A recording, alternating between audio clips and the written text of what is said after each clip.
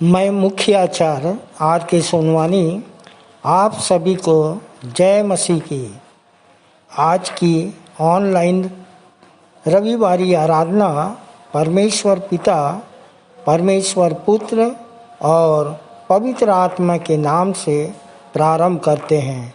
आमीन और आमीन। आइए आज की आराधना प्रारंभ करने से पहले हम एक छोटी प्रार्थना कर लेंगे और प्रार्थना में अगुवाई श्रीमती माया पिंजवार करेंगी। आप सबको जय मसीह की। मेरा नाम माया पिंजवार है और मुझे प्रभु में आए हुए लगभग 3 वर्ष होने जा रहे हैं। प्रभु में आने का कारण था कि मैं पहले बहुत ही बीमार रहा करती थी, हफ्तों हफ्तों तक बिस्तर में पड़ी रहा करती थी, परंतु परमेश्वर पिता का धन्यवाद हो कि मुझे भी एक भाई के द्वारा गुरु मंत्र का पर्चा मिला और मैं विश्वासी मंदिर आई और यहाँ की दुआ प्रार्थना के द्वारा मैं अब स्वस्थ भली चंगी हूँ। जैसे परमेश्वर पिता अपने वचन में कहते भी हैं, मत्ती रची सुसमाचार के 11 अध्याय के 28वें पद में कि हे सब थके और बोझ से दबे हुए लोगों, मेरे पास आओ, मैं तुम्हें विश्राम दूंगा। और सच में परमेश्वर पिता ने मुझे बीमारी से छुटकारा और विश्राम दिया।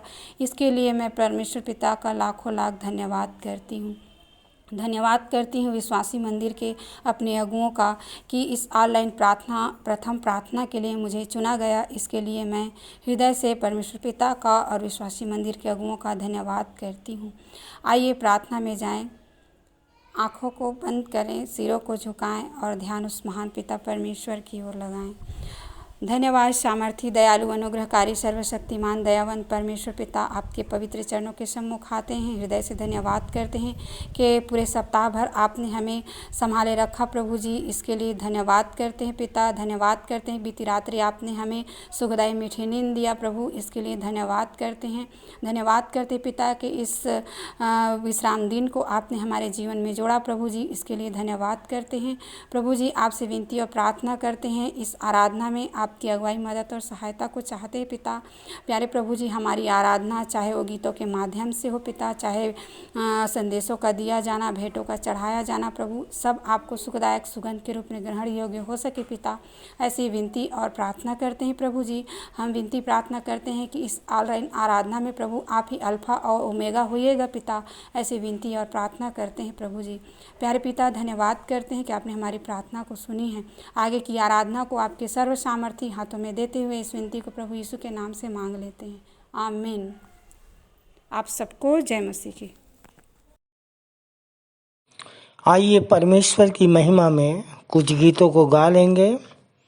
पहला गीत गाएंगे हमन गाना गावो से 48 नंबर, आए हम आए प्रभु जी शांति तेरे पाने।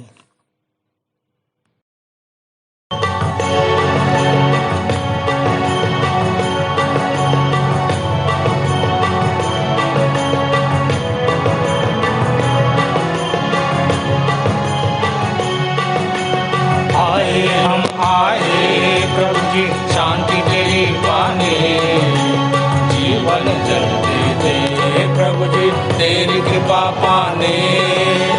आए हम आए प्रभु जी शांति तेरी पाने, जीवन जलते थे प्रभु जी तेरी कृपा पाने।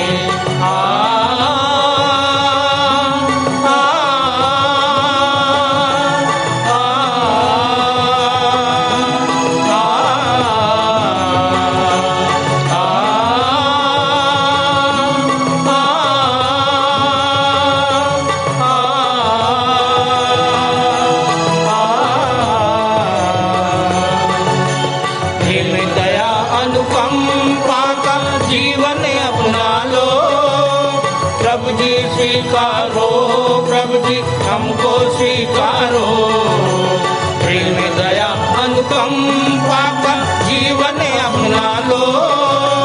प्रभु जी स्वीकारो, प्रभु जी हमको स्वीकारो। अर्पित जीवन प्रभु तुमको, आए हम आए प्रभु जी शांति तेरी पाने। जीवन जलते थे प्रभु जी तेरी कृपा पाने।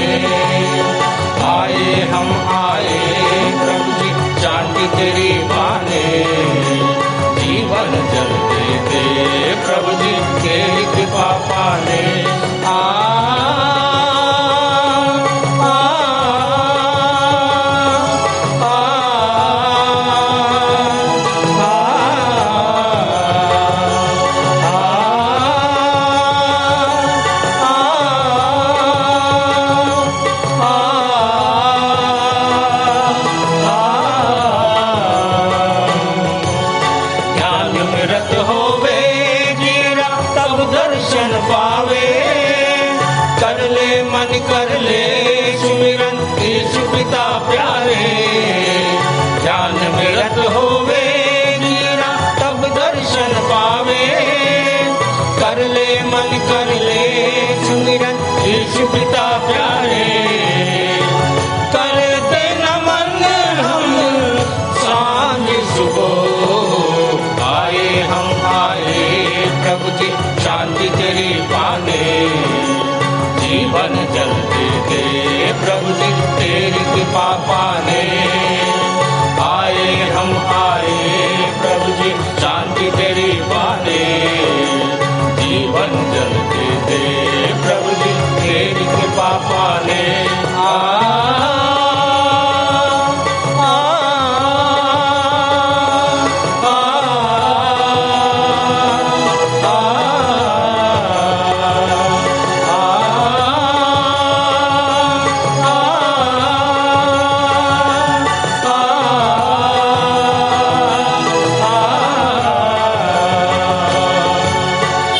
जब निर्मल होवे मनवा आके चरणन पास। देवे धन्यवाद तुझको देवे धन्यवाद। जब जब निर्मल होवे मनवा आके चरणन पास। देवे धन्यवाद तुझको देवे धन्यवाद। देता बल तू निर्बल को। आए हम आए प्रभु जी शांति तेरी पाने। जीवन जलते दे प्रभु जी तेरी कृपा पाने। आए हम आए प्रभु जी शांति तेरी पाने। जीवन जलते दे प्रभु जी तेरी कृपा पाने।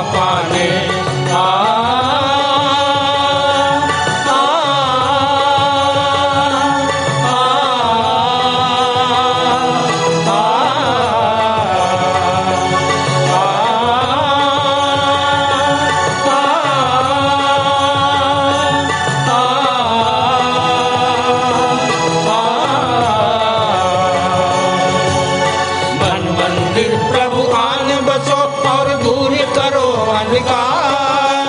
चिंता गम की आंधी हमको डराए बारंबार।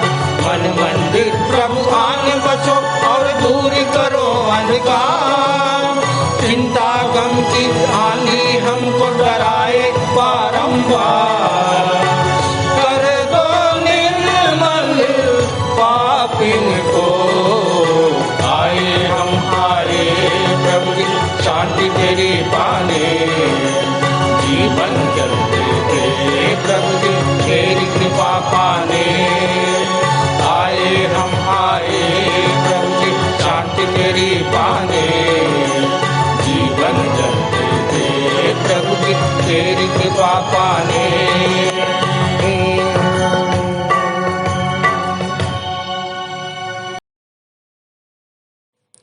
दूसरा गीत गा लेंगे हमन गाना गाबो से ही 89 नंबर। यीशु पिता के चरणों में शीश नवाने आए हैं।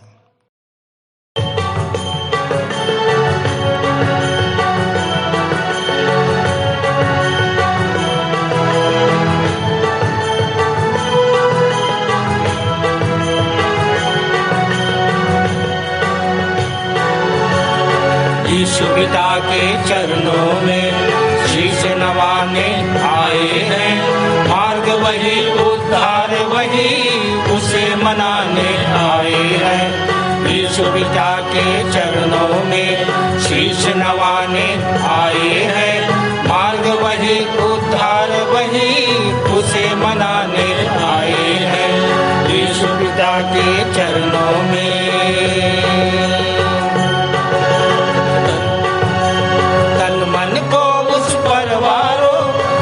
वचन को अपना लो। उसके विधानों को मानो। प्रभु में जीवन रच डालो।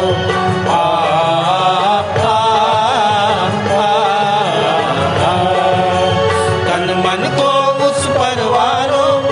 यीशु वचन को अपना लो। उसके विधानों को मानो। प्रभु में जीवन चरणों में शीश नवाने आए हैं। मार्ग वही, उद्धार वही, उसे मनाने आए हैं यीशु पिता के चरणों में। नादानों की राह वही, सत्य सुचिर संसार वही, जग जीवन संचार वही, जीने का आधार वही।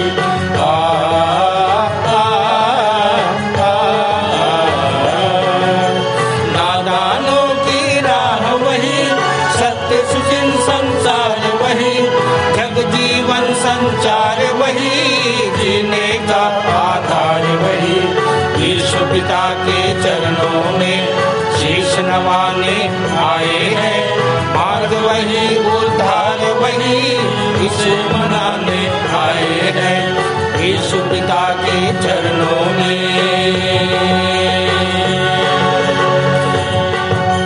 जो भजते प्रभु नाम सदा, पा जाते प्रभु का वरदान।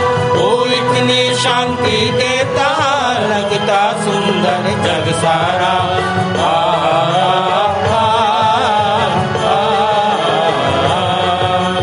जो भजते प्रभु नाम सदा, पा जाते प्रभु का वरदान। वो इतनी शांति देता, लगता सुंदर जग सारा। यीशु पिता के चरणों में शीश नवाने आए हैं। मार्ग वही, उद्धार वही, उसे मनाने आए हैं यीशु पिता के चरणों में।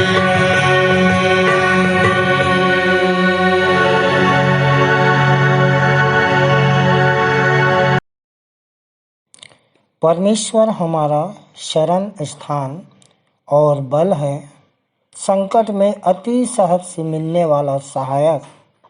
इस कारण हमको कोई भय नहीं, चाहे पृथ्वी उलट जाए और पहाड़ समुद्र के बीच में डाल दिए जाए, चाहे समुद्र गरजे और फेन उठाए और पहाड़ उसकी बाढ़ से कांप उठे। एक नदी है जिसकी नहरों से परमेश्वर के नगर में अर्थात परम प्रधान के पवित्र निवास स्थान में आनंद होता है। परमेश्वर उस नगर के बीच में है, वह कभी टलने का नहीं। पाँव फटते ही परमेश्वर उसकी सहायता करता है। आइए हम सहज से मिलने वाले परमेश्वर की आराधना में जाएं। आइए मुख्य आराधना के प्रारंभ में हम एक गीत गा लेंगे। स्तुति के गीत से 20 नंबर, शुद्ध हो सवेरे मेरे प्राण।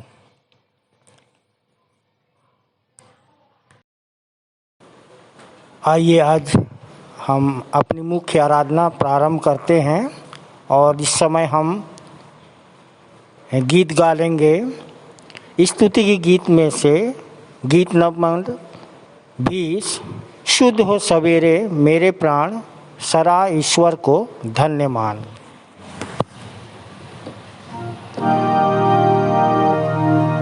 शुद्ध हो सवेरे मेरे प्राण, सरा ईश्वर को धन्य मान। रात्रि भी है हुआ बिहान, प्रभु की दया है प्रभु तुझे सराहना।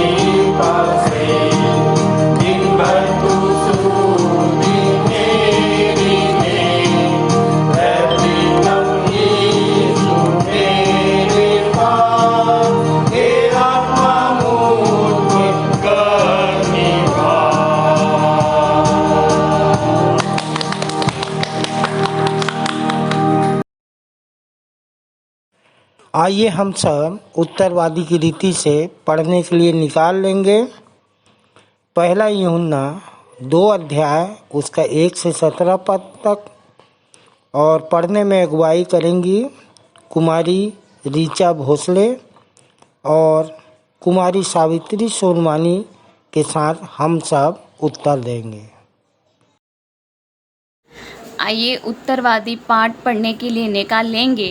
पहला यूहन्ना उसका 2 अध्याय 1 से 17 पद तक। पहला पद मैं पढ़ लूँगी, दूसरा पद आप सभी बहन के साथ पढ़ लेंगे।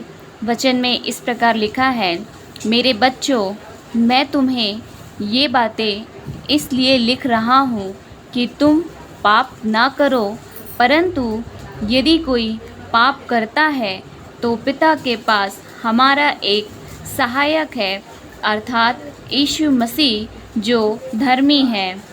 वह स्वयं हमारे पापों का प्रायश्चित है, और हमारा ही नहीं वरन समस्त संसार के पापों का भी। यदि हम उसकी आज्ञाओं का पालन करते हैं तो इसी से हमें ज्ञात होता है कि हम उसे जान गए हैं। जो कहता है मैं उसे जान गया हूँ और उसकी आज्ञाओं का पालन नहीं करता, वह झूठा है और उसमें सत्य नहीं। परंतु जो उसके वचन का पालन करता है उसमें सचमुच परमेश्वर का प्रेम सिद्ध हो चुका है। इसी से हम जानते हैं कि हम उसमें हैं। जो कहता है कि मैं उसमें बना रहता हूँ तो वह स्वयं भी वैसा ही चले जैसा कि वह चलता था।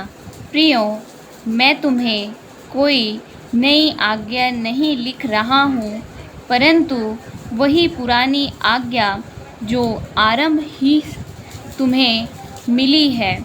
यह पुरानी आज्ञा वही वचन है जो तुम सुन चुके हो।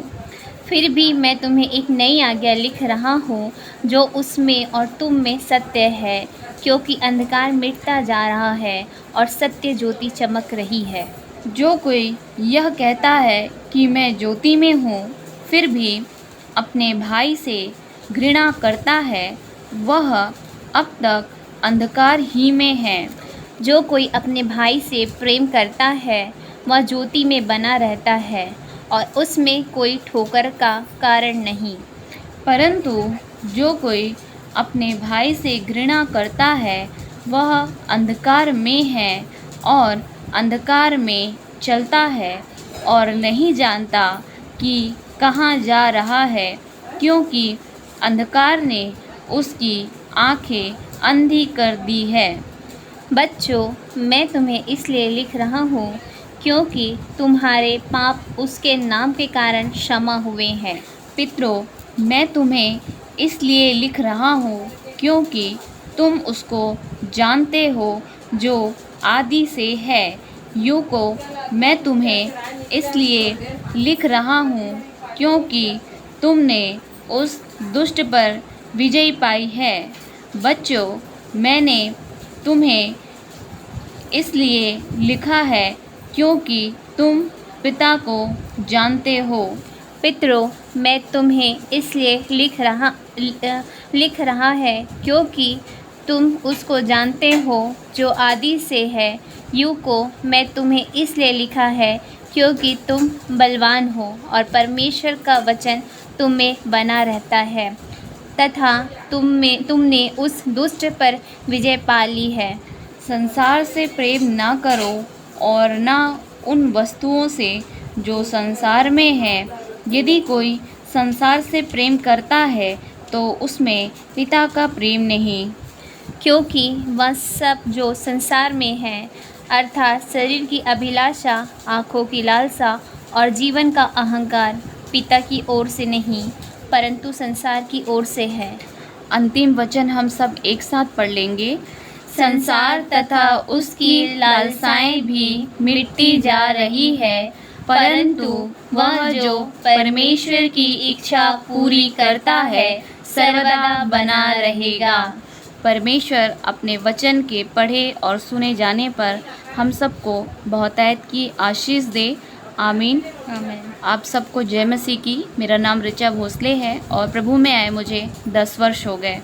आप सभी को जय मसीह की। मेरा नाम सावित्री सोनवानी है और प्रभु में आए मुझे 5 वर्ष हो गए।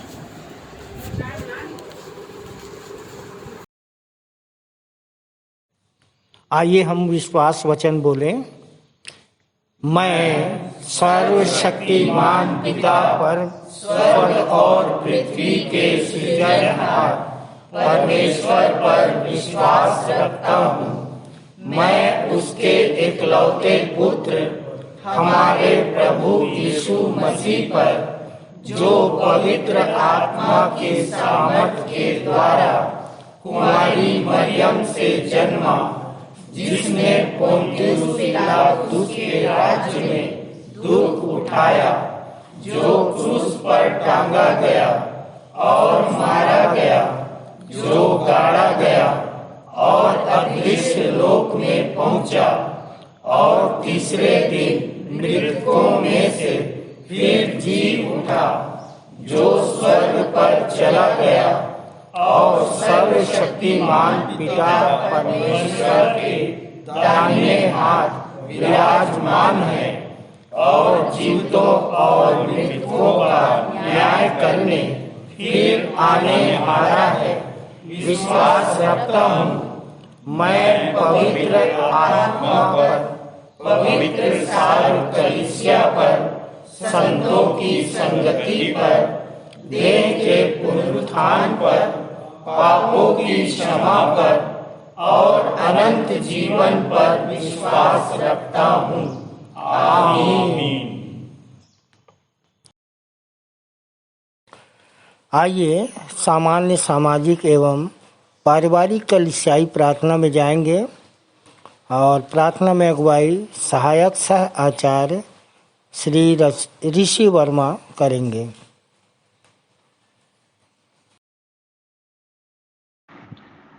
आप सबको जय मसीह की। मेरा नाम सहायक सह आचार्य ऋषि वर्मा है और विश्वासी मंदिर में आते हुए और प्रभु को मानते हुए 11 वर्ष हो गए हैं।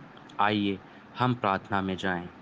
महान सामर्थ्य दयालु पिता परमेश्वर, एक बार फिर से बड़े धन्यवाद के साथ अपने उद्धारकर्ता प्रभु यीशु मसीह के नाम में आपके चरणों में आते हैं। धन्यवाद देते हैं प्रभु जी। जीवन के क्षण तक आपने हम सबको भला चंगा सुरक्षित रखा, जीवितों के बीच में पाए जाते हैं और रविवार विश्राम दिन हम आपके भवन में आपकी आराधना के लिए उपस्थित हुए हैं। धन्यवाद प्यारे पिता परमेश्वर आपके महान प्रेम के लिए कि हम आपके भवन में प्रवेश करने पाएँ विश्राम दिन। प्रभु जी, कितने हैं जो प्रवेश नहीं करने पाते हैं। हम आपके महान प्रेम के लिए धन्यवाद देते हैं कि आपने हमें चुना है प्रभु जी, कि हम निरंतर आपकी राज्य की महिमा में आगे बढ़ते चले जाएं, आपकी राज्य की महिमा के लिए कार्य करते रहें प्रभु जी, आपकी आज्ञाओं का पालन करते रहें। प्यारे पिता परमेश्वर, जो अपराध हमसे होते हैं प्रभु जी, उन्हें क्षमा करना, बल्कि ज्ञान बुद्धि हमें समझ देना प्रभु जी, कि हम आपके वचन को और गहराई से जान सकें, समझ सकें प्रभु जी, और उस पर चल सकें और बहुतों को चलाने वाले बन सकें। उद्धार का सुसमाचार प्रचार करते रहें निरंतर प्रभु जी। प्यारे पिता परमेश्वर, हम प्रार्थना करते हैं जो देश आपने हमें दिया है प्रभु जी, हम इस भारत देश के लिए प्रार्थना करते हैं। इस देश के जो प्रधानमंत्री हैं, राष्ट्रपति हैं, जितने भी मंत्रीगण हैं, राज्यपाल हैं, सबको प्रभु जी ज्ञान बुद्धि समझ देना, कि वे आपके डर भय में होकर सच्चाई से अपने कर्तव्यों का पालन कर सके।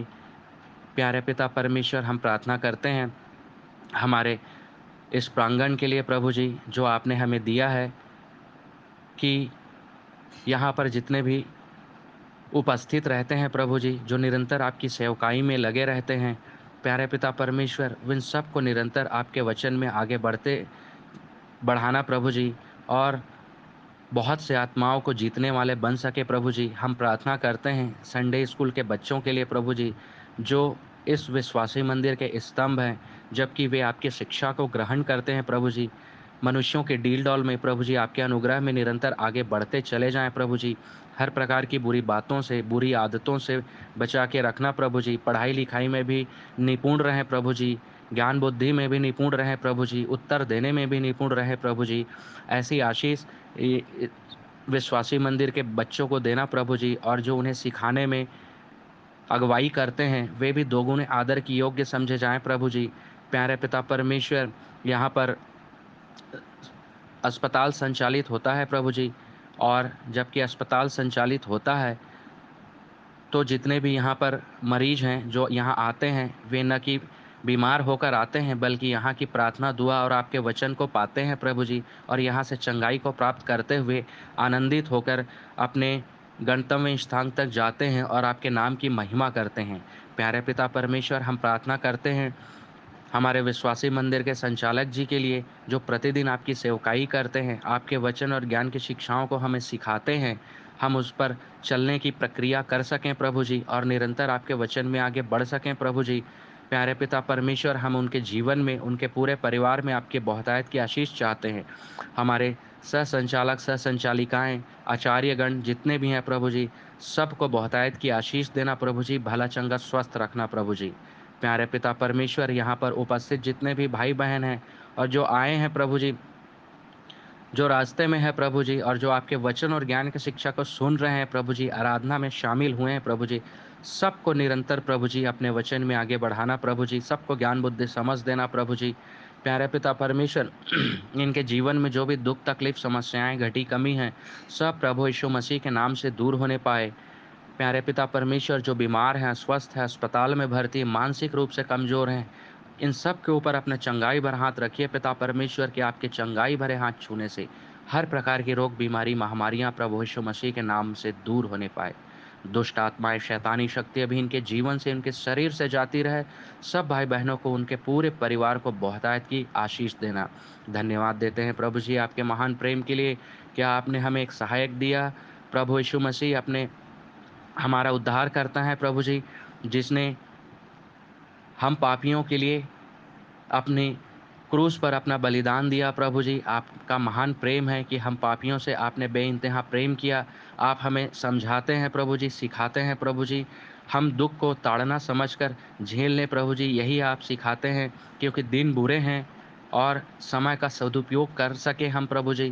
प्यारे पिता परमेश्वर, हम प्रार्थना करते हैं आज के वचन और ज्ञान के शिक्षाओं के लिए प्रभु जी, जितने भी संदेश दिए जा रहे हैं प्रभु जी, उन सब के संग और साथ होना प्रभु जी। संदेश देने वाले वो नहीं, बल्कि आपकी पवित्र आत्मा होकर के उनमें संदेश दे और हम उन्हें खा सकें और पचा सकें प्रभु जी।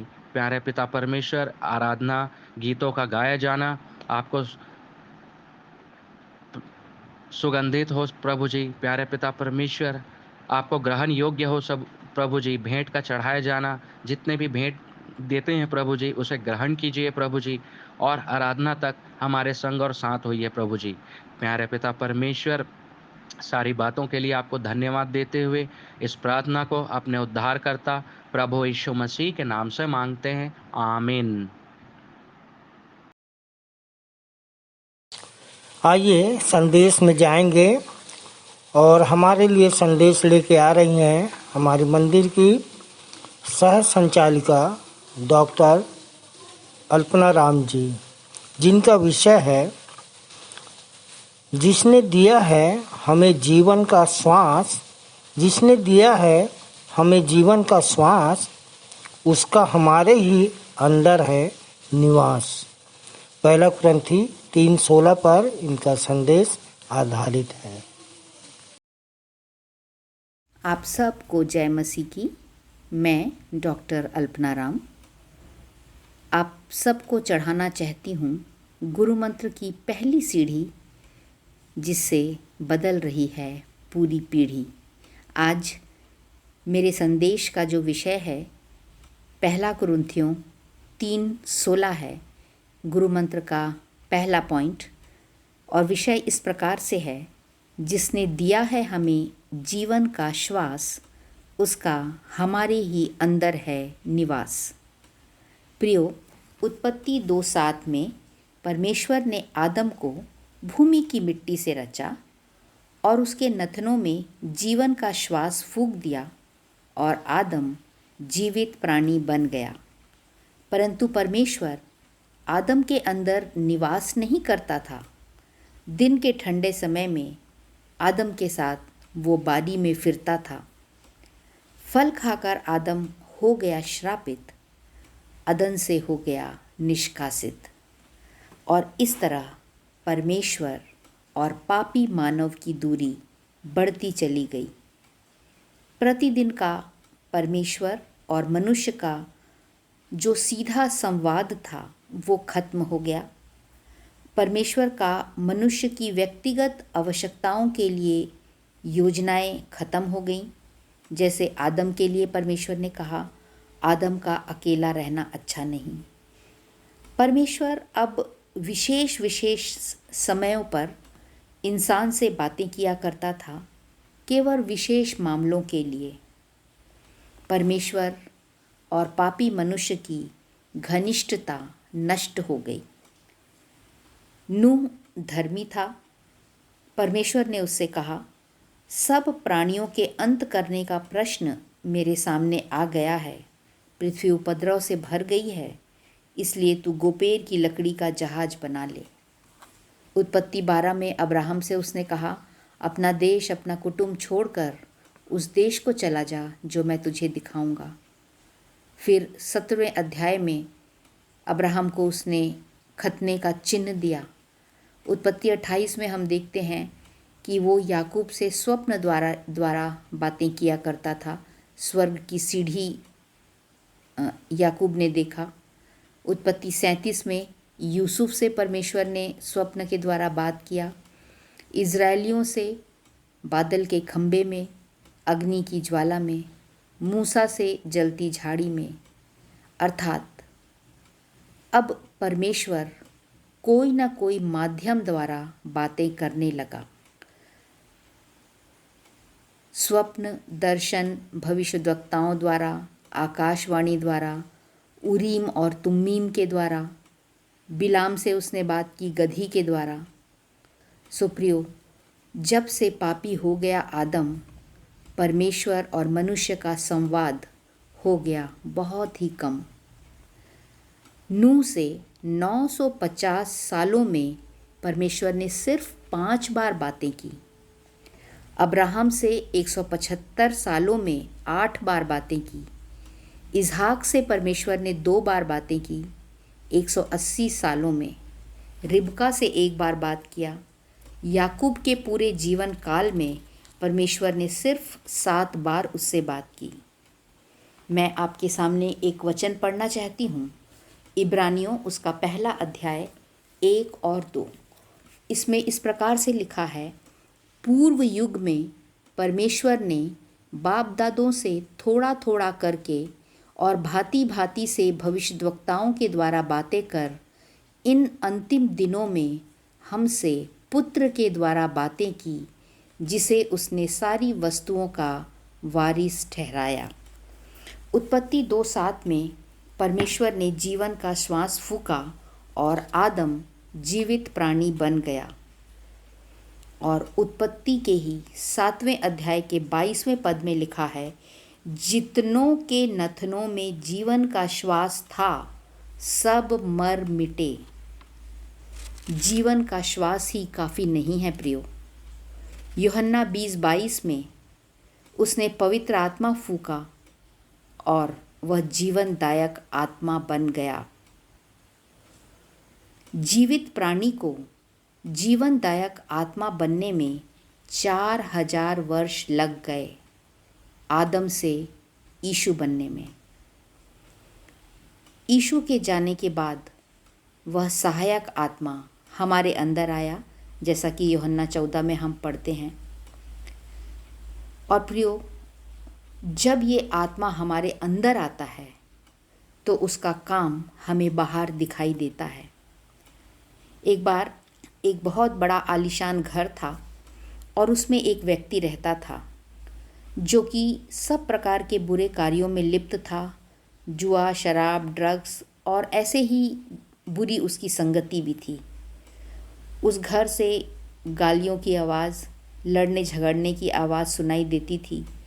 बाहर गंदगी और शराब की बोतलें पड़ी रहती थीं और लोग उस घर को शैतान का घर कहते थे।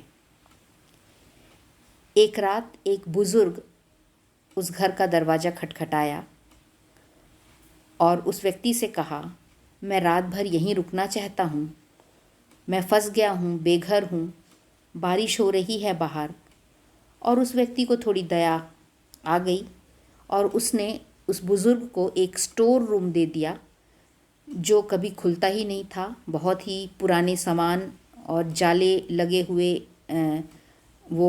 जाले लगे हुए वो कमरा था, और खुद वो व्यक्ति सोने चला गया। जो बुज़ुर्ग था वो न तो रात भर ऊँघा न सोया, उसने कमरे की सफाई शुरू कर दी। सुबह जब उस व्यक्ति ने देखा तो बहुत ही खुश हो गया। बुज़ुर्ग ने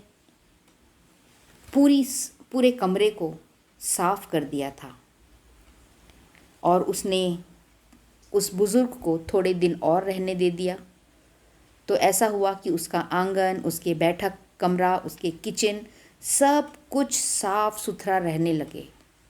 और ये चीज़ जब लोगों को दिखाई दी तो लोग उसे शैतान के घर से अब दूसरा नाम दे दिए। अब लोग उसे इंसान का घर कहने लगे। और बुज़ुर्ग जो था उसका व्यवहार पड़ोसियों से बहुत अच्छा था। वह ज़रूरतमंदों पर दया करके उनकी आवश्यकताएं पूरी कर देता था, और लोग अब उस घर को मेहरबान का घर कहने लगे। धीरे धीरे से बुज़ुर्ग की संगति ने उस खराब व्यक्ति को सुधार दिया। उस घर में कलीसिया लगने लगी, प्रार्थनाएं होने लगी, चंगाई होने लगी, और अब लोग उसे आसमान का घर कहने लगे। शैतान का घर इंसान का घर बन गया, मेहरबान का घर बन गया, और अब आसमान का घर बन गया। प्रियो, वो बुरा व्यक्ति मैं और आप हैं। वो बुरा व्यक्ति मैं और आप हैं। वो बुज़ुर्ग हमारा आसमानी बाप है। रोमियो 8:11 के अनुसार वह हमें अपनी आत्मा दिलाता है और हमारे द्वारा बहुतों को जिलाता है। प्रियो, इन्हीं सब बातों को लेकर मैंने एक कविता लिखने का प्रयास किया है। बहुत अच्छी तो नहीं है, फिर भी मैं इसको पढ़ना चाहती हूँ। और कविता का शीर्षक है, गर परमेश्वर का हमारे अंदर हो निवास, हर अंग हो जाएगा खास। अदन में शैतान ने हवा को फल दिखाकर गिराया था। अदन में शैतान ने हवा को फल दिखाकर गिराया था। पीछे दृष्टि करने ने ही लूत की पत्नी को नमक का खंबा बनाया था। नहीं होंगे हम आँखों की अभिलाषा के दास, गर परमेश्वर का हमारे अंदर हो निवास, गर परमेश्वर का हमारे अंदर हो निवास। जिस मुंह से पतरस ने किया इनकार, उसी से यहूदा इस्करियोती ने कर दिया गुरु का व्यापार। गधी भी बोलने लगेगी गलत के खिलाफ, गर परमेश्वर का हमारे अंदर हो निवास, गर परमेश्वर का हमारे अंदर हो निवास। जिन पाँव ने कैन को भगोड़ा बनाया था और इज़राइलियों को 40 वर्ष जंगल में भटकाया था, वही पाँव हमें ले जाएंगे प्रचार करने दूर दराज, गर परमेश्वर का हमारे अंदर हो निवास, गर परमेश्वर का हमारे अंदर हो निवास। कैन के हाथों उसका भाई मारा गया, कैन के हाथों उसका भाई मारा गया। यहूदियों के हाथों यीशु क्रूस पर चढ़ाया गया। उन्हीं हाथों से गोलियत रूपी शैतान होगा नाश, गर परमेश्वर का हमारे अंदर हो निवास, गर परमेश्वर का हमारे अंदर हो निवास। घमंड के विचार ने लूसीफर को शैतान बनाया था।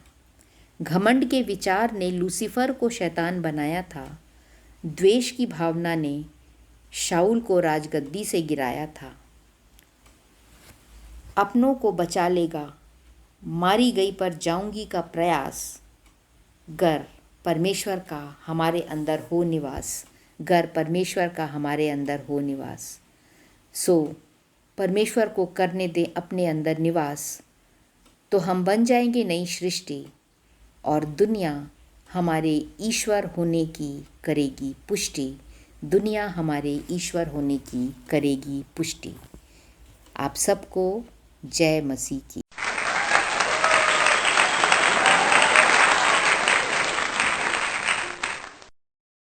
बहुत ही सुंदर संदेश के लिए दीदी और उनके पूरे परिवार को प्रभु बहुतायत की आशीष दे।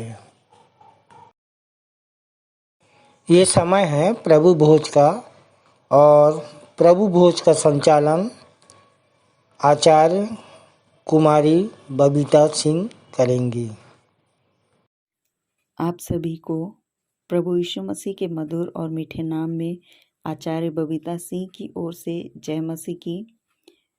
मुझे प्रभु यीशु मसीह में आए 22 साल हो गए हैं और प्रभु यीशु मसीह में आने का कारण मुझे शैतानी शक्तियाँ लगी थी और प्रभु यीशु मसीह की प्रार्थना के द्वारा गुरुमन से जो मैंने प्रार्थनाएं की, मैं स्वस्थ हो सकी, भली चंगी हो सकी। तब से मैंने प्रभु यीशु मसीह को ग्रहण किया और आज वर्तमान में मैं सहायक शिक्षक के रूप में बेलतरा में कार्यरत हूँ। प्रियों, कल 15 अगस्त को हमारा देश 75वां स्वतंत्रता दिवस आज़ादी का अमृत महोत्सव मनाने जा रहा है और इस दिन भारत देश के स्वतंत्रता के लिए बलिदान हुए स्वतंत्रता सेनानियों एवं वीर शहीदों को स्मरण किया जाता है। और आज मुझे प्रभु भोज का संचालन करने का अवसर मिला है। प्रभु भोज में जाने से पूर्व हम कुछ बातों को मनन करेंगे। क्या हम पूरी मानव जाति के लिए और देश देश के लोगों के लिए, मेरे और आपके लिए बलिदान हुए यीशु मसीह को स्मरण करते हैं? क्या हम प्रभु यीशु मसीह को सच में आत्मिक रूप से प्रसन्नता दे पाते हैं? क्योंकि ऐसा हो नहीं सकता था कि मनुष्य अपने कर्मों के द्वारा या सांसारिक वस्तुओं के द्वारा, त्याग, तपस्या, बलिदान करने के द्वारा वो उद्धार पा सकता था।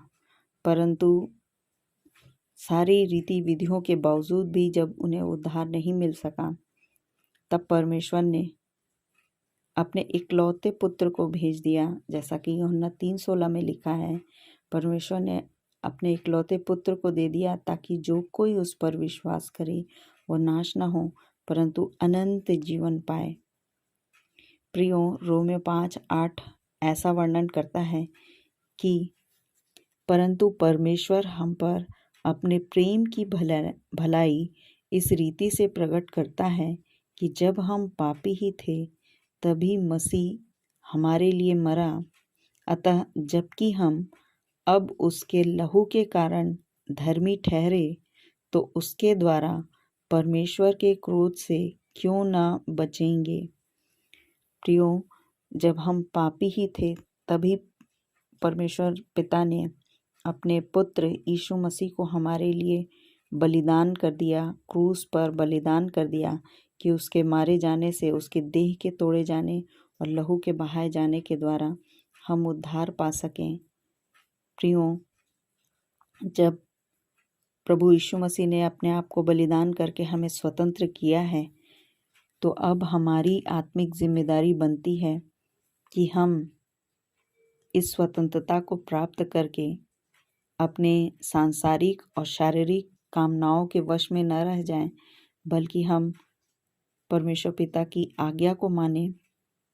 और जैसा कि गलातियों 5:13 और 14 में लिखा हुआ है, हे भाइयों, तुम स्वतंत्र होने के लिए बुलाए गए हो, परंतु ऐसा न हो कि यह स्वतंत्रता शारीरिक कामों के लिए अवसर बने, वरन प्रेम से एक दूसरे के दास बनो, क्योंकि सारी व्यवस्था इस एक ही बात में पूरी हो जाती है, तू अपने समान अपने पड़ोसी से प्रेम रख। प्रियो, हमें अपने प्रभु परमेश्वर से अपने सारे मन, सारे प्राण, सारी बुद्धि और सारी शक्ति के साथ प्रेम रखना है और ऐसे ही अपने पड़ोसी से प्रेम रखना है। परंतु अधिकांश लोग जब पड़ोसी से प्रेम करने की बात आती है तो उनको अपने प्राणों की चिंता होती है, डर सताने लगता है। त्याग की बात आती है तो वो पीछे हट जाते हैं। कहीं ऐसा तो नहीं कि हमें घायल पड़ोसी को अपनी सवारी पर बैठाना होगा और उसे सराय तक पहुंचाना होगा और उस अपनी जेब का पैसा खर्च करके उसकी इलाज के लिए लगाना होगा। और इस डर से बहुत सारे लोग केवल रीति विधि करते हैं। हम संडे के संडे आराधना अटेंड कर लेते हैं, प्रभु भोज में शामिल हो जाते हैं, हम दशमांश चढ़ा देते हैं, या फिर हम बहुत ज़्यादा बाइबिल पढ़ते हैं या प्रार्थना करते हैं। परंतु प्रियो, हमें प्रत्येक दिन तैयार रहना है कि जैसे मसीह हमारे लिए बलिदान हुआ, हम भी उस बलिदान को स्मरण करते हुए दूसरों की तक पहुंच सके जो आज भी उद्धार से वंचित हैं, आज भी अंधकार में हैं। उन तक हमको पहुंचना है और उन्हें सच्चे परमात्मा अर्थात यीशु मसीह के ज्ञान व आचरण से अवगत कराना है। और जब हम इस कार्य को करते हैं तो प्रियो, केवल मुंह से अंगीकार कर लेने से 33% का ही उद्धार हमें मिलता है। बाकी का 66% जब हम चेला बनाने के लिए संघर्ष करते हैं और बाकी का 99% हमें सताव आता है और हम मृत्यु पर्यंत प्रभु यीशु मसीह में बने रहते हैं तो मिलता है। और जो आखिरी अंतिम उद्धार है 1% जो हमारे अंदर बचा रहता है, वो इसलिए क्योंकि हम मांस और लहू में बहुत बार दो चित्ते होते हैं, घबराते हैं, डरते हैं, चिंतित होते हैं।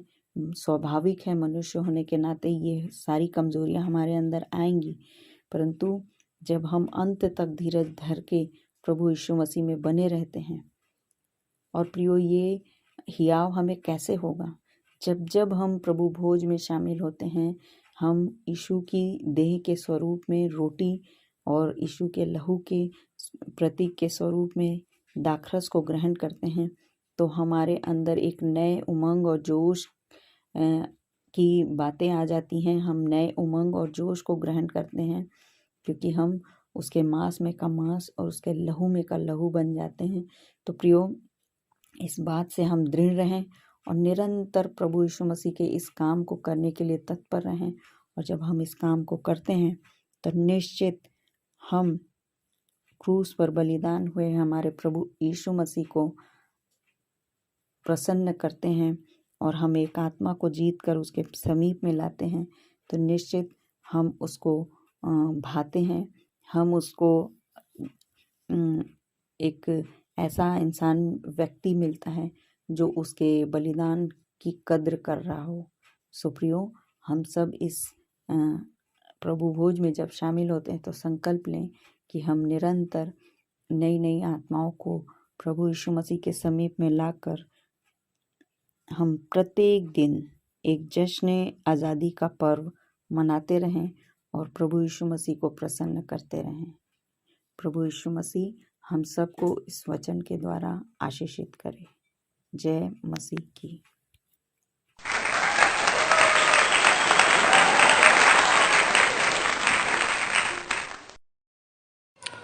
प्रभु भोज पर सुंदर संदेश के लिए बहन बबीता और उनके पूरे परिवार को प्रभु बहुतायत की आशीष दे। आइए हम अपनी अपनी भेंटों एवं धन्यवादी भेंटों को देने के द्वारा परमेश्वर की महिमा करेंगे। और इस समय हम गीत गा लेंगे। स्तुति के गीत से 231 नंबर, तन मन और धन उसे दो। तत्पश्चात भेंट की प्रार्थना में अगुवाई करेंगी श्रीमती निशा छाबड़ा।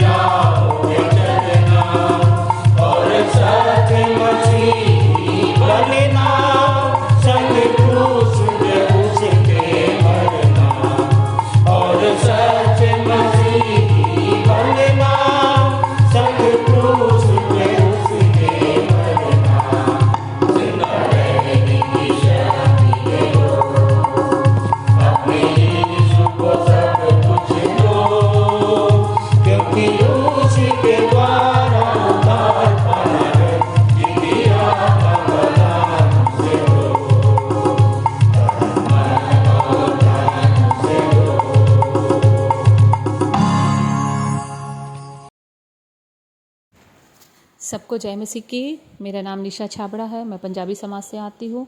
वर्तमान में मेरा निवास सरकंडा है। आइए अपने हृदय को खोले, अपने हाथों को जोड़े, अपने आँखों को बंद करें और अपना मन परमेश्वर की ओर लगाएं।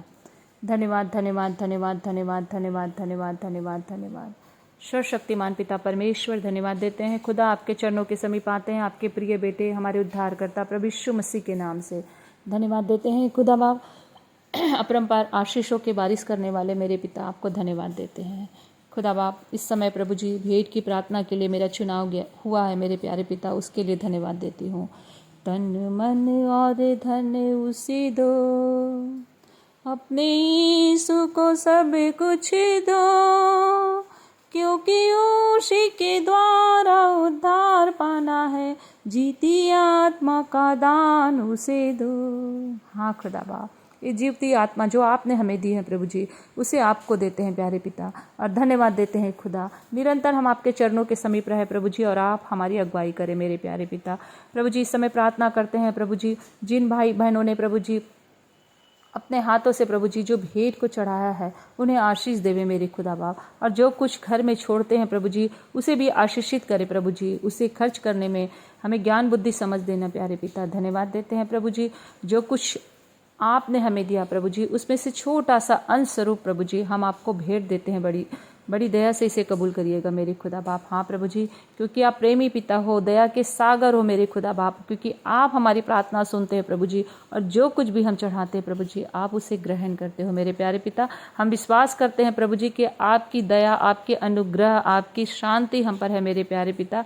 सचमुच प्रभु जी, आपने इस जगत से प्रेम किया प्रभु जी, और तुच्छ मूर्ख को चुन के प्रभु जी अपने कार्य के लिए, अपने सुसमाचार के लिए खड़ा किया प्रभु जी। हाँ खुदा बाप, हम इस संसार में जीवते तो थे परंतु मरे हुए थे प्रभु जी, लेकिन आपके सुसमाचार को सुन के मेरे खुदा बाप हमने जीवन पाया प्रभु जी, और अपने आप को भेंट सहित चढ़ाते हैं प्यारे पिता। इसे स्वीकार करना है यीशु मसीह के नाम से, क्योंकि आपने कहा है जो कुछ तुम मुझसे यीशु के नाम से मांगोगे तुम्हें मैं दूंगा।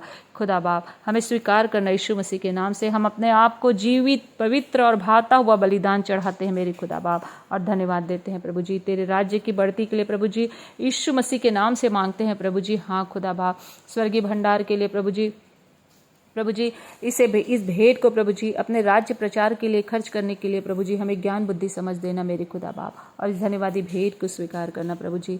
जितने भाई बहन प्रभु जी धन्यवादी मन भेंट चढ़ा है प्रभु जी, उनका भंडार सदा भरा रहे यीशु मसीह के नाम से। पिता पुत्र पवित्र आत्मा, हम आपको धन्यवाद देते हैं खुदा। सारी महिमा, सारा आदर आपको देते हैं प्रभु जी, और जीवती आत्मा को प्रभु जी आपको चढ़ाते हैं प्रभु जी, क्योंकि आपको यही स्वीकार है मेरे खुदा बाप।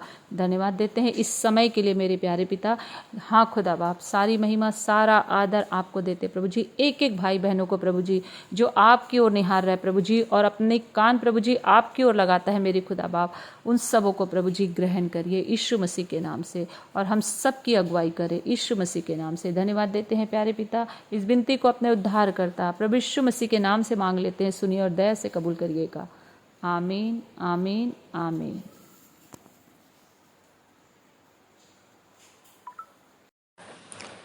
मैं मुख्य आचार्य R.K. सोनवानी आप सभी को जय मसीह की।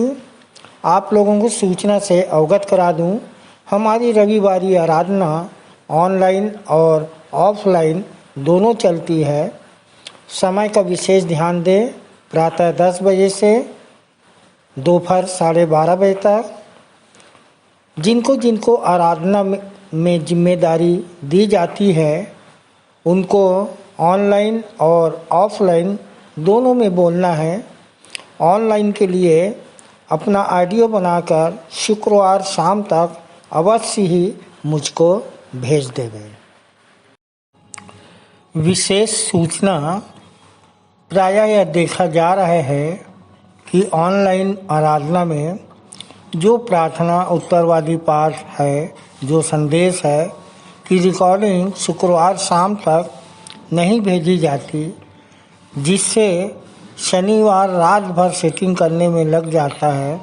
अतः अब संचालक मंडल द्वारा निर्णय लिया गया है कि जिसकी रिकॉर्डिंग शुक्रवार शाम तक नहीं पहुंचेगी, उसे आने वाले समय में अवसर नहीं दिया जाएगा।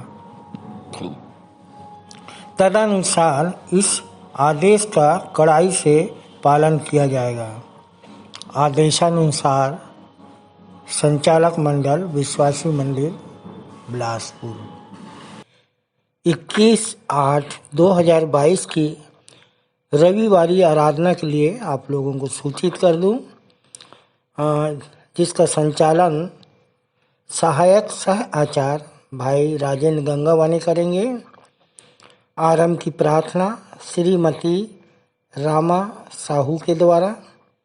उत्तरवादी पाठ प्रेरितों काम 20 अध्याय, जिसका 17 पद से 38 पद तक पढ़ लेंगे और पढ़ने में अगुवाई कुमारी दिव्यांशी सूर्यवंशी करेंगी और मिस्टर कमलेश सूर्यवंशी के साथ हम सब उत्तर देंगे। सामान्य सामाजिक एवं पारिवारिक कलीसियाई प्रार्थना में अगुवाई सहायक सह आचार्य श्रीमती आरती करोसिया करेंगी और संदेश हम सुन लेंगे अपनी सह संचालिका श्रीमती अर्चना दास जी के द्वारा। प्रभु भोज संचालन आचार्य कुमारी प्रतिभा शेष के द्वारा। भेंट की प्रार्थना श्रीमती कोमल भोरे के द्वारा। मुख्य संदेश हम अपने संचालक जी के द्वारा उत्तरवादी पाठ पर सुन लेते हैं।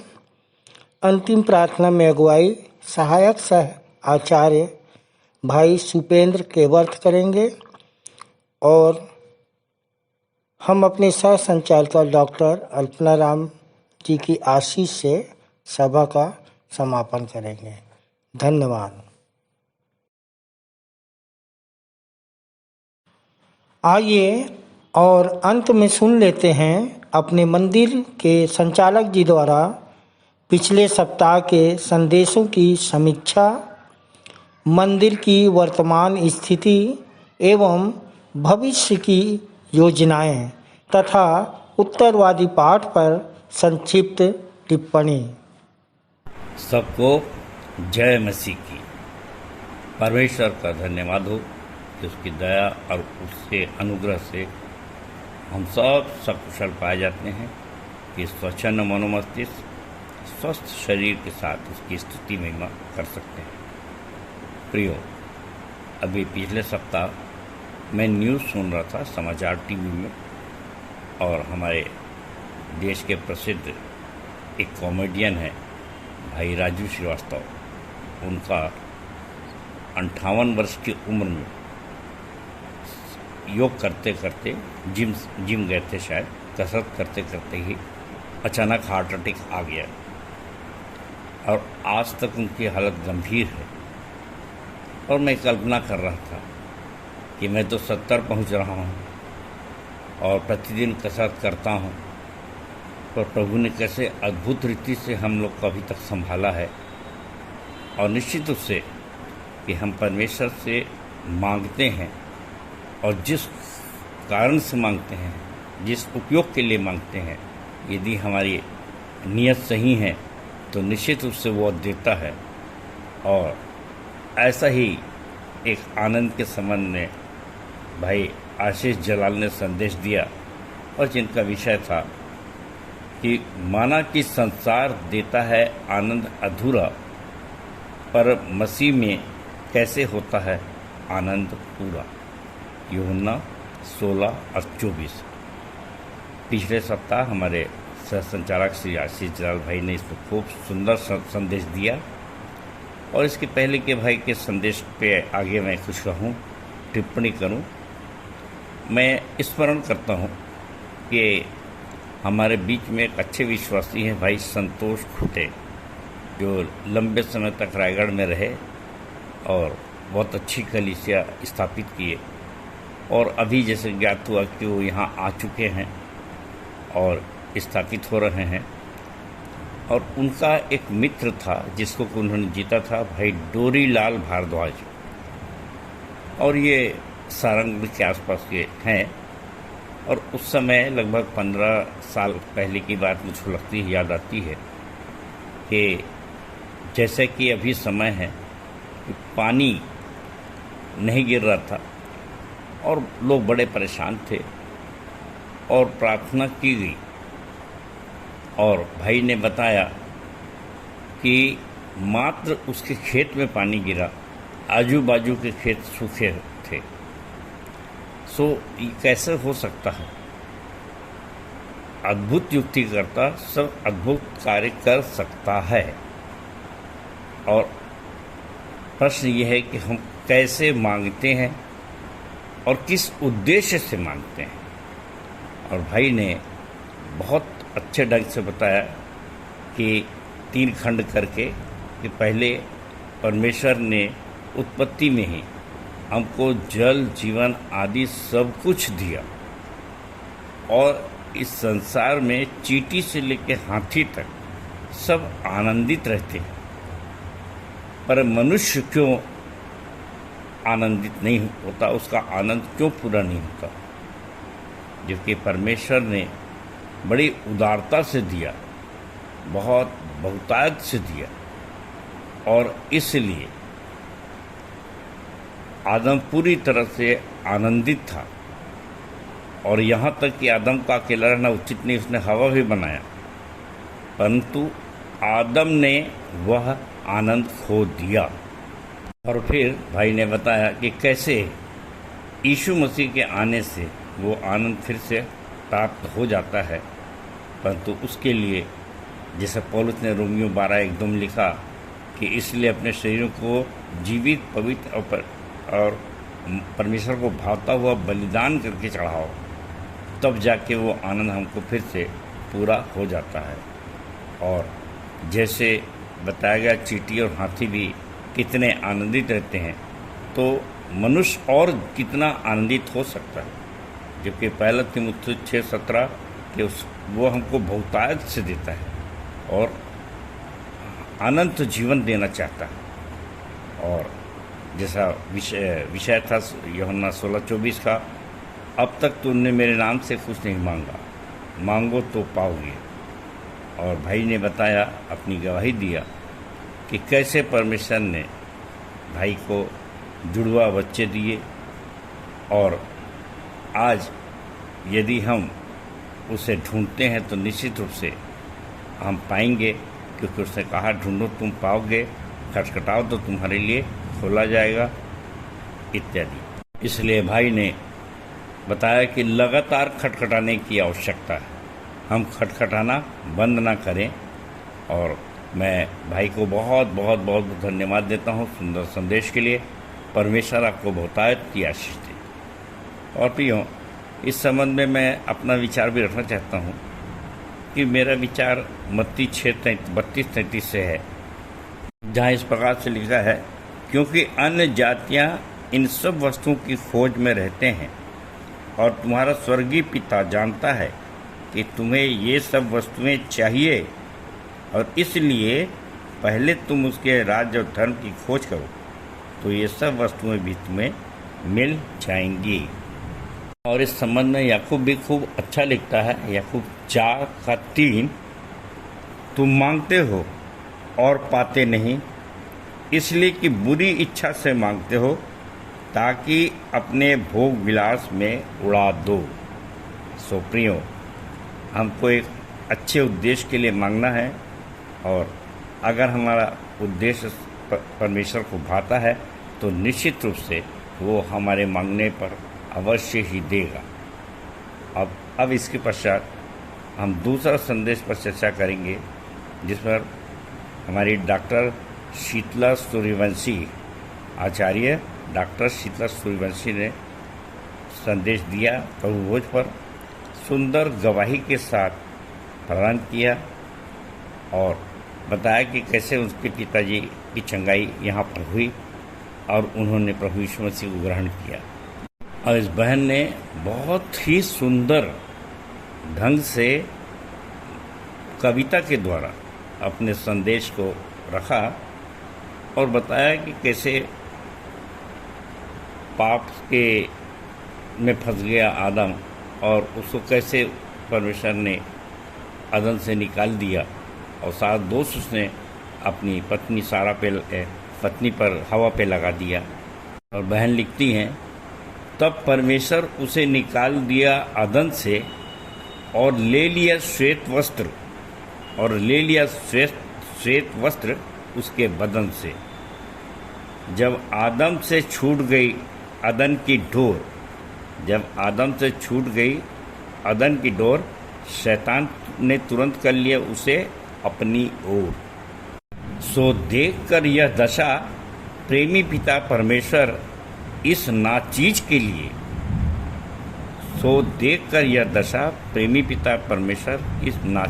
के लिए आसमां से जमीन पर झुक गया। अंधकार का युग वहीं का वहीं रुक गया। इसलिए यीशु के मांस और लहू को न ले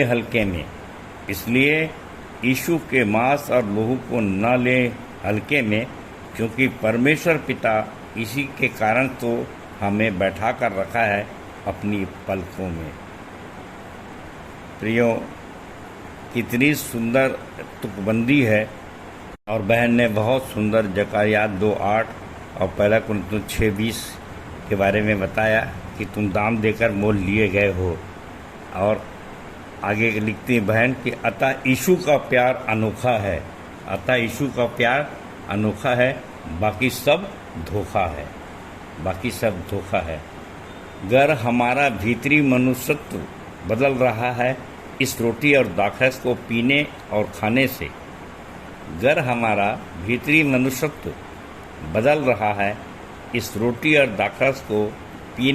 खाने से, तो हमें कोई नहीं रोक सकता अनंत जीवन पाने से।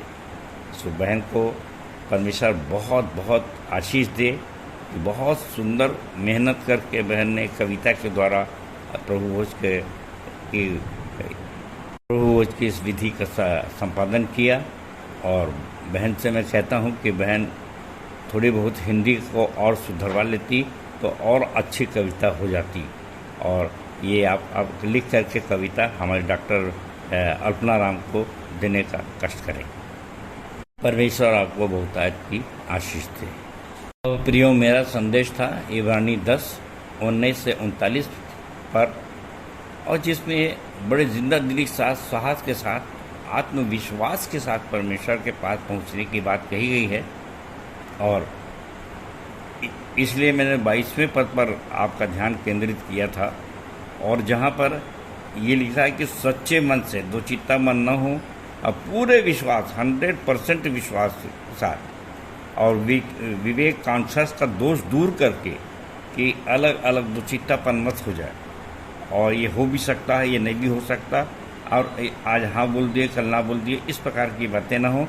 और देह को शुद्ध जल से धुलवाकर परमेश्वर के समीप जाएं।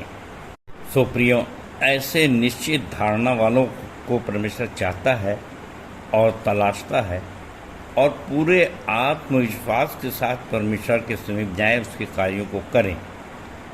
ऐसे लोगों के लिए मैंने संदर्भ दिया था यूहन्ना 17 का 24वां पद कि मैं चाहता हूँ कि हे पिता, मैं चाहता हूँ कि जिन्हें तूने मुझे दिया है, जहाँ मैं हूँ वहाँ वे भी मेरे साथ हों, कि वे मेरी उस महिमा को देखें जो तूने मुझे दी है। और कितनी अच्छी बात है, इसके आगे लिखा है, क्योंकि तूने जगत की उत्पत्ति से पहले मुझसे प्रेम रखा। सो प्रियो, जब इतना गहरा प्रेम है, और ये प्रैक्टिकल आज आप देख रहे हैं विश्वासी मंदिर में कि हम कैसे लोग आकर परमेश्वर की महिमा कर रहे हैं, आप और मैं, हमारे सारे विश्वासी मंदिर के लोग। और ये स्पष्ट रहता है कि जगत की उत्पत्ति से हमें चुना गया है, और हम उसी कार्य को कर रहे हैं जो परमेश्वर की आज्ञा है। ये नीट और निखालिस कार्य है। इसकी तैयारी में कि देह को शुद्ध जल से धुलवाकर हम परमेश्वर के समीप जाएं, तो कैसे धुलवाएं, और इसके लिए संदर्भ दिया गया था इफिसियों 5:26 और 27, जहाँ पर ये कि अपने आप को मसीहा को दे दो, ताकि वो शुद्ध जल से, वचन के जल के द्वारा स्नान से शुद्ध करके उसे पवित्र बनाए। सो प्रियो, इसके लिए हम लोग ने जो यूहन्ना 3:11-12 के हिसाब से दिखा सकते हैं वो है विश्वासी मंदिर प्रांगण, जहाँ वचन का समुंदर है और यहाँ कैसे पवित्र विचारधारा से लोग प्रेरित होते हैं और सब जाति को चेला बनाने के कार्य को करते हैं। और यही तो परमेश्वर चाहता है, यही यीशु मसीह की आज्ञा है। प्रियो, बहुत पहले इस कविता की जो 2 पंक्ति मैंने कहा था कि ओस साक्षी है कि हर रात अपनी रचना की दुर्दशा देखकर ईश्वर धीरे धीरे रोता है। सो मैंने कहा, हे प्रभु, मैं अब तुझे रोने नहीं दूंगा और नाचते गाते और खुशी से उछलते हुए, ढपली और झांझ बजाते हुए शुद्ध बुद्धि और शुद्ध विवेक से तेरे पास आऊँगा। और निश्चित रूप से और जो कार्य किए गए हैं उसको हम दिखा सकते हैं कि देख प्रभु, तूने हमको 1 तोड़ा दिया था और हमने इतने तोड़े और जीते हैं, इतनी आत्माएं जीती हैं।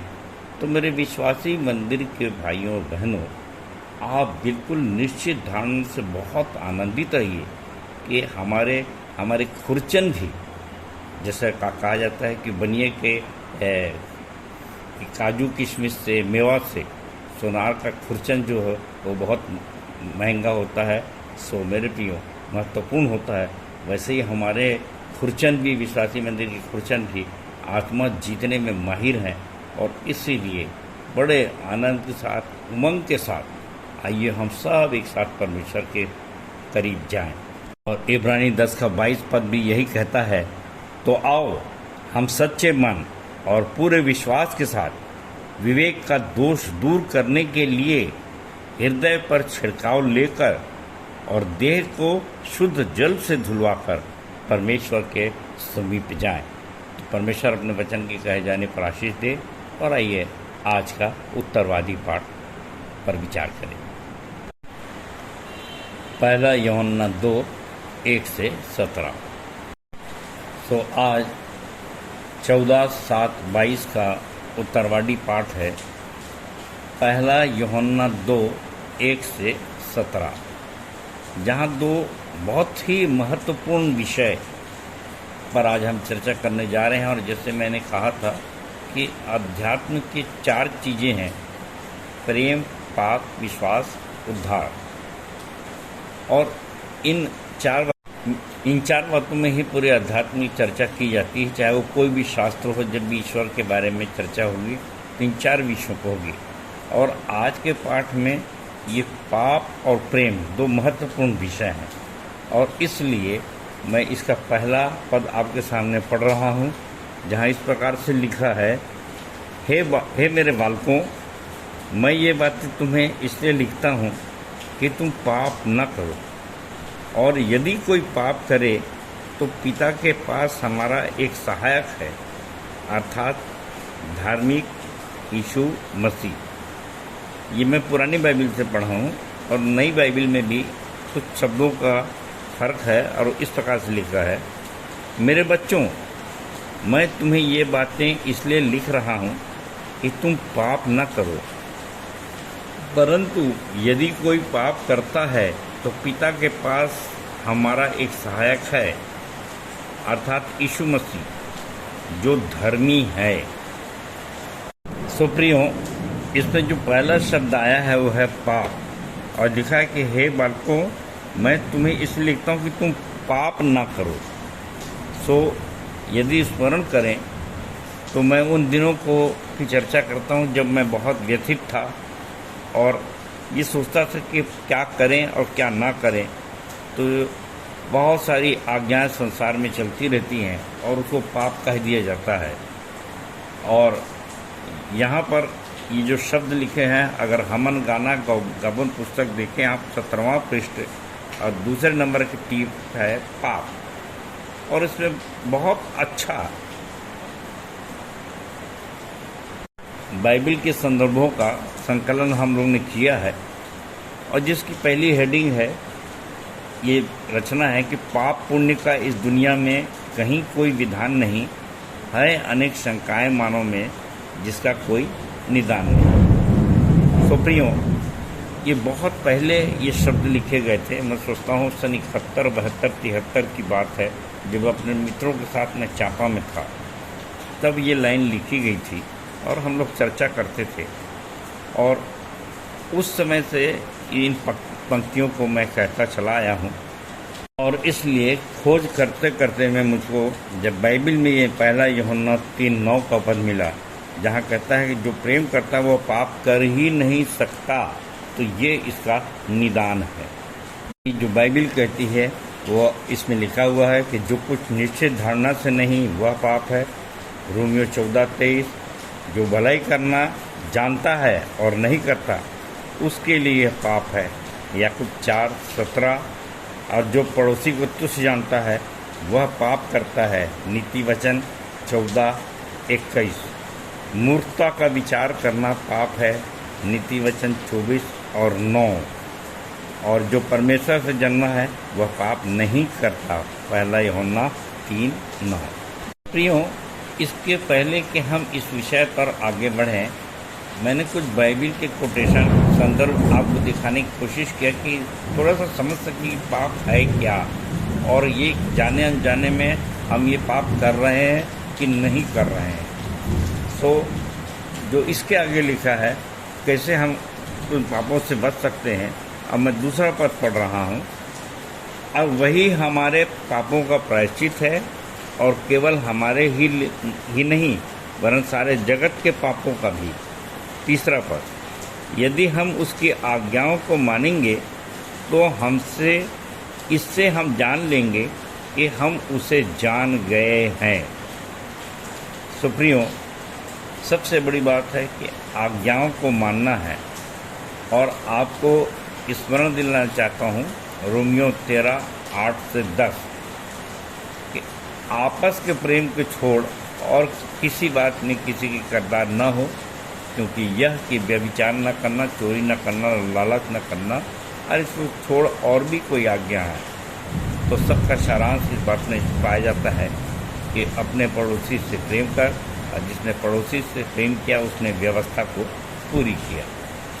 प्रियो, आवश्यकता है बहुत गंभीरता से इस विषय पर विचार करें कि ऐसा तो नहीं है कि हम खूब उपदेश दे रहे हैं और खूब कह रहे हैं पापों से बचो, पापों से बचो, और सर तक हम पापों में डूबे हुए हैं। और इन वचनों के आईने से अगर देखा जाए, इस दृष्टिकोण से देखा जाए, तो यहाँ पर यूहन्ना बताना चाहता है कि कितने लोग कहते हैं कि हम परमेश्वर को जानते हैं और हम ज्योति में हैं और भाई से प्रेम नहीं कर पाते हैं, परंतु कैसे वो इन बातों को सिद्ध कर सकेंगे कि, और मैं आपके सामने ये पढ़ना चाहता हूँ, चौथा और छठवां और 9वां पद, जहाँ एक लाइन है जिस पर मैं आज का संदेश देना चाहता हूँ। जो कोई ये कहता है, और ये जो कोई ये कहता है कि, और इसका 6वां पद देखिए तो फिर यहाँ पे लिखा जो कोई ये कहता है कि, और इसके 9वें पद को देखिए, जो कोई ये कहता है कि। अब इसके पश्चात जो आगे लिखाया है इस पर अपन एक के बाद एक चर्चा करेंगे, परंतु यहाँ पर जो मैं कहना चाह रहा था कि हम कैसे सुनिश्चित करें कि हम ये पाप कर रहे हैं अथवा नहीं कर रहे हैं, क्योंकि अभी पाप की जो बातें मैंने यहाँ पे पढ़ा है, संदर्भ कहा है, जो भलाई करना जानता और नहीं करता उसके लिए यह पाप है। तो कितनी बार हम अपने आप का मूल्यांकन करते हैं कि भाई हम भलाई तो कर सकते हैं और नहीं कर रहे हैं, तो हम पाप कर रहे हैं। बंधुओं, हम ये कहते हैं कि हमने व्यभिचार नहीं किया, चोरी नहीं किया, 10 आज्ञाओं को माना और मानते चले आए हैं। और इस प्रकार की जो विचारधारा है, मेरे को ऐसा लगता है कि यीशु मसीह इन्हीं दो विचारधाराओं के बीच में कहा कि अगर हम इसमें हम सामंजस्य न बैठा पाएँ, निश्चित धारणा न बना पाएँ कि वास्तव पाप क्या है और वैसा प्रायश्चित न करें, तो उसको कहना पड़ा कि वेश्याएं और महसूल लेने वाले तुमसे पहले स्वर्ग राज्य में प्रवेश कर जाएंगे। तो देखिए खतरा कितना है, और इसलिए बड़ी गंभीरता से इस विषय को सुनिए, समझिए और पालन करिए। अर्थात आचरण में लाइए। तो आइए इस हेडिंग पे कि जो कोई यह कहता है, पर 3 बातों पर अपन विचार करने जा रहे हैं। पहले चौथा पद, जो कोई ये कहता है कि मैं उसे जान गया हूँ और उसकी आज्ञाओं को नहीं मानता, वह झूठा है और उसमें सत्य नहीं। तो प्रियो, स्मरण रखने योग्य है कि शैतान को झूठ का पितामह कहा गया है और कहीं ये हमारे अंदर तो नहीं है। इसीलिए हम और हमारे विश्वासी मंदिर के लोगों के लिए मैं आश्वस्त हूँ कि हम उसकी आज्ञाओं को मान रहे हैं और उसकी आज्ञा है, जाओ सब जाति को चेला बनाओ, और इस उद्देश्य से इसकी स्थापना की गई है। और निश्चित रूप से आप और मैं आश्वस्त हैं कि हम प्रतिदिन इस कार्य को बखूबी सवेरे से शाम तक करते हैं। तो हम क्यों डरें, हम क्यों दुचित्ता हों? डरे वो जो उसकी आज्ञा को नहीं मानता। और इसीलिए 5वां पद कहता है, पर जो कोई उसके वचन पर चले उसमें सचमुच परमेश्वर का प्रेम सिद्ध हुआ है। हमें इसी से मालूम होता है कि हम उसमें हैं। और इसलिए अब आइए 6वें पद में ये दूसरा है, जो कोई यह कहता है, जो कोई ये कहता है कि मैं उसमें बना रहता हूँ, उसे चाहिए कि आप भी वैसा ही चले जैसा वह चलता था। तो मैं स्मरण करता हूँ कि यीशु मसीह की दिनचर्या में रात को वो एकांत जगह में जाके प्रार्थना करते और सुबह तड़के मंदिर आ जाते और लोग उनकी सुनते और वो उनको चंगा करता था। अपना कार्य प्रातः से ही शुरू कर देते थे। आज विश्वासी मंदिर के लोग सब जानते हैं कि बहुत से लोग प्रातः से 5 बजे से आना शुरू कर देते हैं। और हमारे जितने आचार्य हैं, बहुत से लोग हैं जो सब सुबह से वैसे दिनचर्या चलाते हैं जैसे कि यीशु मसीह की थी। तो ये भी वचन पूरा होता है कि जो कोई कहता है कि मैं उसमें बना रहता हूँ, उसे चाहिए कि आप भी वैसा ही चले जैसे वह चलता था। इसके पश्चात प्रियो 9वें पद में आ जाइए, जहाँ इस प्रकार से लिखा है, जो कोई ये कहता है कि मैं ज्योति में हूँ और अपने भाई से बैर रखता है, वह अब तक अंधकार ही में है। प्रियो, यहाँ पर ये एक श्रेष्ठ प्रेम का उदाहरण है कि अपने भाई से हम कैसे प्रेम करें। और अपन गाना भी गाते हैं कि अपनों को तो इस दुनिया में सब प्यार करते हैं और दुश्मन को प्यार करना मसीहा सिखाते हैं।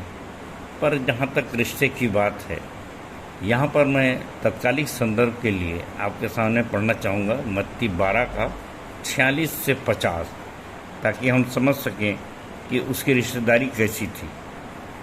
और जब वह भीड़ से बातें कर ही रहा था तो देखो, उसकी माता और भाई बाहर खड़े थे और उससे बातें करना चाहते थे। किसी ने उससे कहा, देख तेरी माता और तेरे भाई बाहर खड़े हैं और तुझसे बातें करना चाहते हैं। यह सुन उसने कहने वालों को उत्तर दिया, कौन है मेरी माता, कौन है मेरे भाई और कौन है मेरे भाई? और अपने चेलों की ओर अपना हाथ बढ़ाकर कहा, देखो मेरी माता और मेरे भाई ये हैं। क्योंकि जो कोई मेरे स्वर्गीय पिता की इच्छा पर चले, वही मेरा भाई और बहन और माता हैं। तो प्रियो, इसके पहले कि हम दूसरों को उपदेश दें और सिर्फ उपदेश तक सीमित रहें, हमको अपने आप को देखना है। जैसे पौलुस ने कहा, ऐसा न हो कि मैं अन्यों को प्रचार करूं, खुद निकम्मा ठहरूं। सो मेरे प्रियो, आज विश्वासी मंदिर एक बहुत अच्छा आदर्श है और यहाँ इस श्रेष्ठ प्रेम की जो कार्य है, प्रतिदिन आप करीब से देख सकते हैं कि कैसे लोग भयानक भयानक परेशानियों में हैं, कर्जों में डूबे हुए हैं और कैसे हमारे लोग रात दिन संघर्ष करते हैं। मैं परमेश्वर को धन्यवाद देता हूँ और खुल के धन्यवाद देना चाहता हूँ अपने प्रिय साथियों के लिए, जो मेरे साथ कदम से कदम मिला करके इन कष्ट को उठाते हैं और अपने बाल बच्चों का, अपने भाइयों का, अपने पियों का, अपने सगे रिश्तेदारों का भाग छोड़ करके और उन दूसरों के लिए उन पैसों को लगाते हैं और उनके लिए प्राण की बाजी लगाते हैं। और इसलिए प्रियो ये वचन पूरा होता है कि जो कोई कहता है कि मैं ज्योति में हूँ और अपने भाई से बैर रखता है वह अब तक अंधकार ही में है। और अब यदि 15वां, 16वां और 17वां पद देखा जाए तो यहाँ पर यूहन्ना चिताना चाहता है कि संसार के न बनो। रोमियो 12:1-2 को याद करिए, इस संसार के सदृश न बनो जिससे तुम्हारी बुद्धि के नए हो जाने से तुम्हारे चाल चलन भी बदलते जाएं और जिससे तुम परमेश्वर की भली, भावती और सिद्ध इच्छा अनुभव से मालूम करते जाओ। इसलिए 15वां पद कहता है, तुम न तो संसार से और न संसार में की वस्तुओं से प्रेम रखो। यदि कोई संसार से प्रेम रखता है तो उसमें पिता का प्रेम नहीं। सुप्रियो, संसार के बारे में बहुत सी बातें कही गई हैं। संसार का एक बादशाह है, यूहन्ना 14:3, जिसे शैतान कहते हैं। याकूब 4:4 कहता है, ये हे व्यभिचारिणियों, क्या तुम नहीं जानती कि संसार से मित्रता करनी परमेश्वर से बैर करना है। सो जो कोई संसार का मित्र होना चाहता है वह अपने आप को परमेश्वर का बैरी बनाता है। और अब अंत में इसके लिए सांसारिक ज्ञान के लिए याकूब 3:13-15 भी पढ़ सकते हैं। 1 कुरिन्थियों 3:19, संसार का ज्ञान परमेश्वर के निकट मूर्खता है। 1 कुरिन्थियों 2:12, हमने संसार की नहीं पर परमेश्वर की आत्मा पाया है। इसलिए प्रियो, बाइबिल पर प्रवचन देने वाले अनगिनत हैं, पर पड़ोसी एवं भाई से सच्चा प्रेम रखने वाले युग पुरुष बन जाते हैं। सो आइए पड़ोसी से प्रेम करें और व्यवस्था को पूरी करके इस जीवन में बहुतायत का जीवन और परलोक में अनंत जीवन को प्राप्त करें। परमेश्वर अपने वचन के कहे जाने पर आशीष दे। सबको जय मसीह की, जय मसीह की और जय मसीह की। धन्यवाद। उत्तरवादी पाठ पर सुंदर सारगर्भित एवं व्यवहारिक टिप्पणी के लिए अपने संचालक जी का बहुत बहुत धन्यवाद करते हैं। तालियां।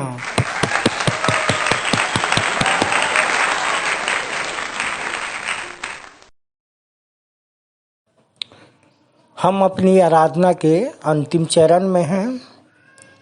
अंतिम गीत गाएंगे। स्तुति की गीत से 123 नंबर, तू तो जिएगा देखने से यीशु की ओर। और अंतिम प्रार्थना हम कर लेंगे भाई चित्रवेन गोंडाने की अगुवाई में। प्रभु की प्रार्थना और सह संचालिका श्रीमती अर्चना दास जी की आशीष से सभा का समापन करेंगे। धन्यवाद।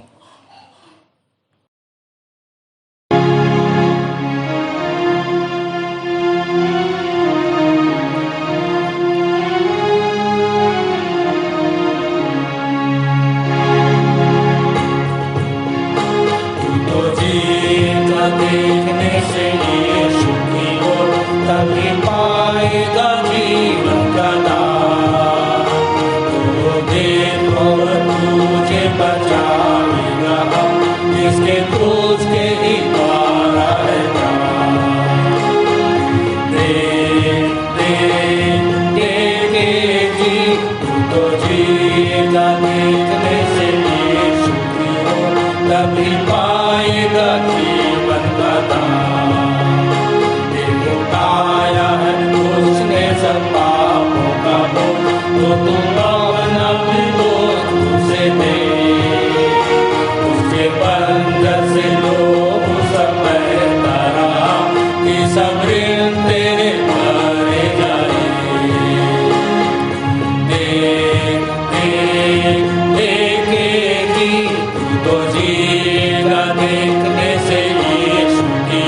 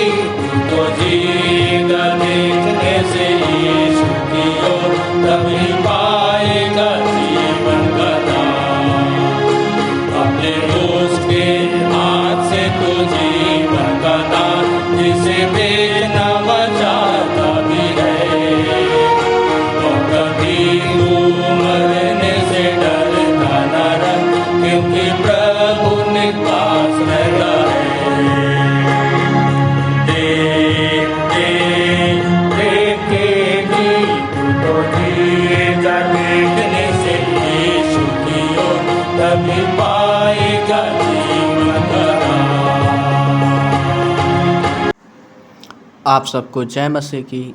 मैं चित्रवेन गुंडा ने प्रभु में आए मुझे लगभग 9 वर्ष हो चुके हैं। परमेश्वर पिता का धन्यवाद देता हूँ कि आज के विश्राम दिन की पवित्र आराधना में मुझे प्रार्थना करने का अवसर मिला। आइए प्रार्थना करें।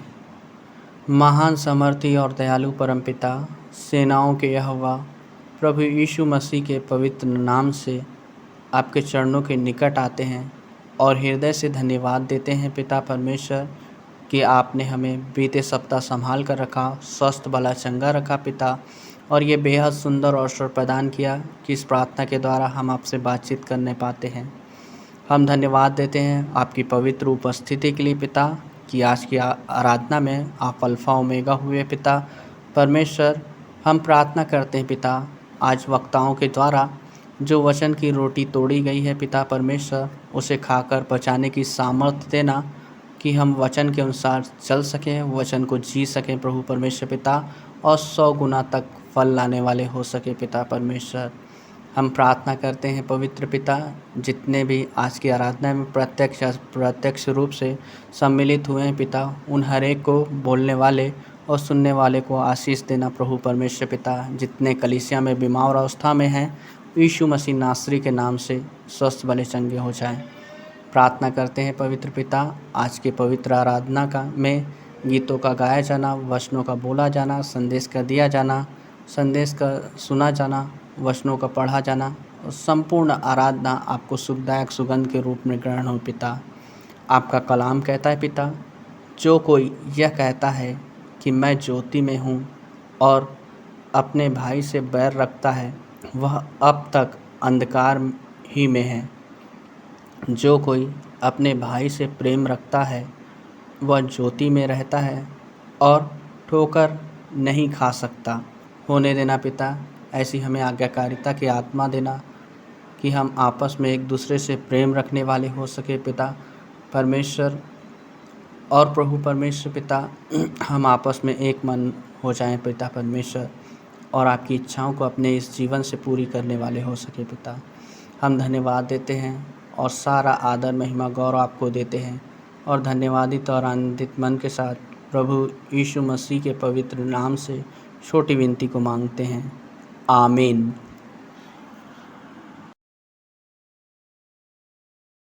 हे हमारे पिता, तू जो स्वर्ग में है, तेरा नाम पवित्र माना जाए, तेरा राज्य आए, तेरी इच्छा जैसे स्वर्ग में पूरी होती है, वैसे ही इस पृथ्वी पर भी पूरी हो।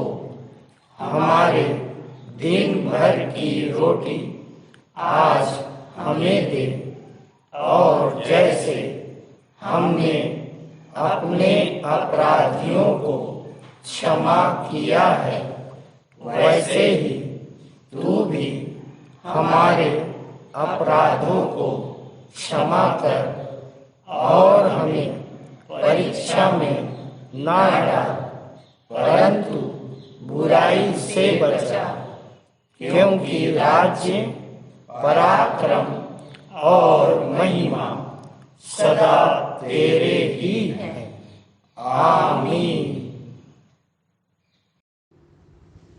और अब हमारे परमेश्वर पिता का प्रेम, प्रभु यीशु मसीह का अनुग्रह और पवित्र आत्मा की शांति व सहभागिता हम सब विश्वासियों के साथ आज से लेकर युगान युग होती रहे।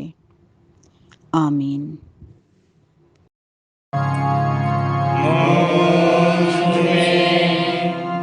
यीशु की शोभा दिखाई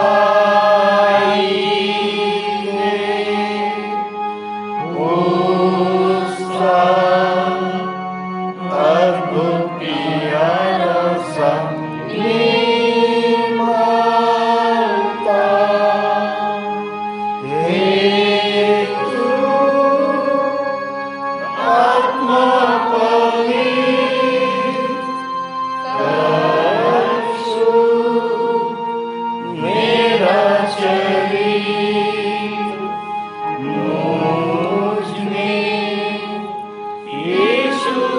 शोभा दिखाई दे।